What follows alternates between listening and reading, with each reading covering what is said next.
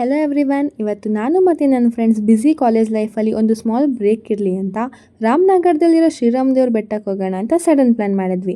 ಬೆಟ್ಟ ಹತ್ತುತ್ತಿರುವಾಗ ಈ ಸ್ಲೈಡ್ ನೋಡಿ ಇವರಿಬ್ಬರು ಚೈಲ್ಡ್ಹುಡ್ ಮೆಮೊರೀಸ್ನ ರೀಕ್ರಿಯೇಟ್ ಮಾಡ್ತಿದ್ರು. ಹೋಗ್ತಾ ವ್ಯೂ ಪಾಯಿಂಟ್ ಸಿಕ್ತಲ್ಲ ಅಂತ ನಾವು ವ್ಯೂನ ಎಂಜಾಯ್ ಮಾಡ್ತಿದ್ರೆ ಇವರಿಬ್ಬರು ಮಾತ್ರ ಅಲ್ಲಿದ್ದಿದ್ದು ಗಂಟೆ ಹೊಡೆಯೋಕ್ಕೆ ಈ ಥರ ಸಾಹಸ ಪಡ್ತಿದ್ರು ನೋಡಿ.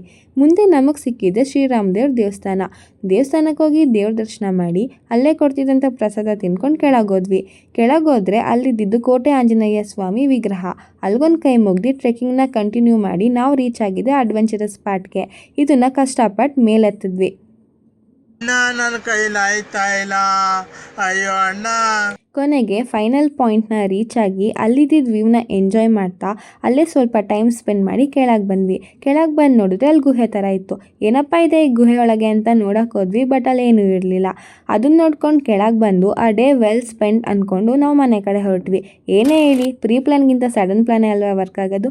ನಿಮ್ಗೇನು ಅನಿಸುತ್ತೆ ಕಮೆಂಟ್ ಮಾಡಿ. ಹಾಗೆ ವಿಡಿಯೋ ಇಷ್ಟ ಆಗಿದ್ರೆ ಲೈಕ್